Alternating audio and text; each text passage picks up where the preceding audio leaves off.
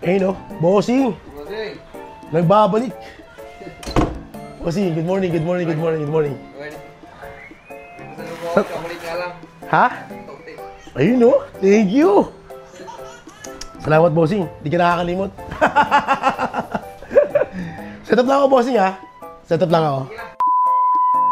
Good day mga pade at panibagong araw na naman. As usual, on the way na tayo pupunta sa ating studio. At ito nga po, iluwis natin pinagpapasalamat mga pade. Dahil sa araw-araw na lamang po talaga mga pade is meron tayong kliyente. Yes mga bossing, talagang nagpapasalamat tayo. Dahil nga, ito po ay noon ko lamang pinangarap mga pade. Na ngayon po ay nangyayari na. Siyempre, ito nga po yung gusto ko sana is araw-araw tayo magkaroon ng kliyente. Katulad na lamang po ng mga idol natin dyan. Na araw-araw po talaga may kliyente. Kasi nga po, dahil nga ang dahilan natin, dahil araw-araw tayo kumakain. Kaya dapat araw-araw tayo may trabaho. Sige boss, yung project natin. Wait, ito saan eh? Nice na. Doon. Fully healed na. Kaya ka bossing. Very nice. Eh, yung ganda nito oh. Ito na pala, ilalim na tayo, no? Oo, ilalim. So ano yung design natin dyan sa ilalim? Ito yung prospect ko eh. Hindi ko kasi alam kung ano yung magandang ilagay dito. Bakunawa ba? Bakunawa. Oo. Sa part na to, possible yung buwan na yan kasi. Yung buwan ni sa Bakunawa, dito na siya. Tama? Nakaka na siya rito. Kasi pangit naman pag nagmukha siyang maliit, magmumukha naman siyang bulate. Oo, tama, tama. All goods? Goods, good. Okay. Itawag doon. Airdrop mo nga sa akin yan. May ano na lang, message mo sa akin. Yung ano? Itong picture na to. Sige. Message mo sa akin para makuha ko na, ha? Okay. Copy. O diba, ang bilis na ng usapan ng ating bossing dahil nga po ang gagawin natin ngayong araw ay dudugtungan na lamang po natin yung natitirang space doon sa balat ng ating bossing para mabuo natin yung kanyang full sleeve wrap around. At dito ngayong araw mga kapatid, meron po tayong dalawang kliyente. So busy tayo ngayong araw mga kapatid at nandyan po ating co-artist para gumawa naman po doon sa isa pa nating kliyente. Nabanggit ko nga po kanina mga kapatid na pinagpapasalamat talaga natin itong nangyayari sa araw-araw na lamang po talaga mga kapatid. Hindi baling mapagod na tayo mga kapatid, basta araw-araw nga po yung nagkakaroon tayo ng income. Gawa nga po ng meron tayong mga obligasyon na talagang kailangan natin gawan ng paraan araw-araw mga kapatid. Kasi nga po, kung sakasakali nga po na meron tayong pera ngayon tapos hindi naman natin kikilusan ito kinabukasan, syempre itong pera na hawak-hawak natin ngayon mga kapatid, syempre mauubos din po talaga yan. Kaya para nga po masustain natin yung pangangailangan natin araw-araw at lalo meron pa tayong mga estudyante, syempre talagang kailangan nating magsumikap at kumayod talaga mga kapatid. Hindi to pwedeng parang pag may pera, petiks na kaagad, hindi ganun mga kapatid. Talagang para magawa nga po at mangyari mga pangarap natin mga kapatid, kailangan talagang kilusan natin to ng kilusan. Ito po kasi talaga yung kailangan natin gawin mga kapatid at wala po talaga shortcut dito at hindi ito sikreto.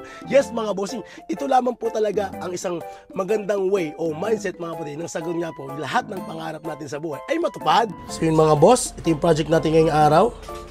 Bali continuation na po ng ating binubuong full sleeve wrap around na black and gray. Bali Filipino team po ang sleeve ng ating bossing. So ang project natin ay isang Bakunawa. Meron tayo ritong mga kapatid oh. Ito yung ginawa natin sa kanya last year, tsaka ito nasa ilalim niya.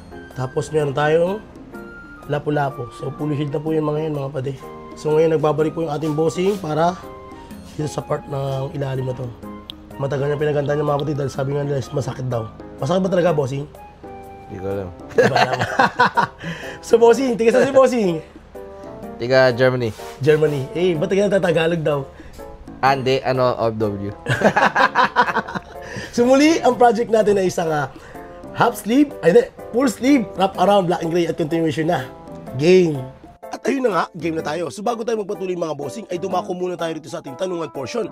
Dito ay nagtatanong po yung ating kaibigan na si AJ Lucena. Pwede tanong lang, okay lang ba magsimula sa masakit na part pang magtatato para malis yung sakit na nararamdaman ng client? Ngayon mga kapatid, is nakadepende po talaga yan mga kapatid. Halimbawa na lamang po, itong project natin ngayong araw ay nasa ilalim po ng kilikili kung saan po pinakamasakit talaga na part. At kung mapapansin nyo rin mga kapatid, ito na lamang po talaga kasi yung kulang para mabuo naman natin yung ating full sleeve na ginagawa. So wala na pong choice talaga yung ating bossing kundi talagang ito po ay indahin niya at talaga sana is masurbay po ng ating bossing. At kung sakasakali naman po mga kapatid na ang project natin ay isang full sleeve wrap around mga kapatid, ang pinakamagandang advice ko dyan mga kapatid, isimulan natin yung project natin doon sa ibabaw.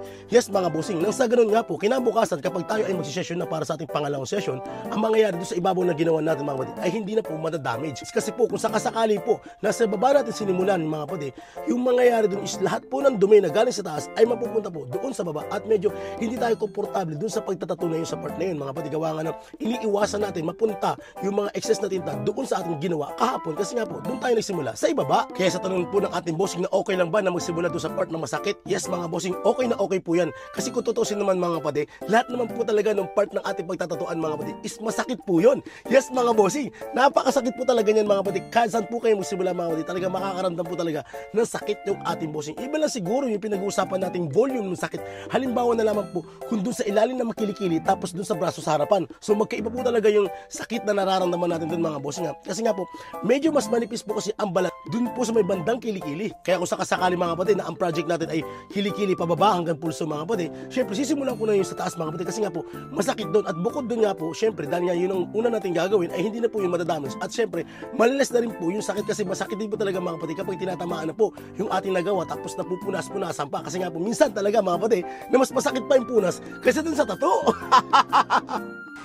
Tol, huwag masyado sa tol. Dito, basic lang na tol ginagawa ko. Sit-sit nga lang eh. Sit lang? Oo.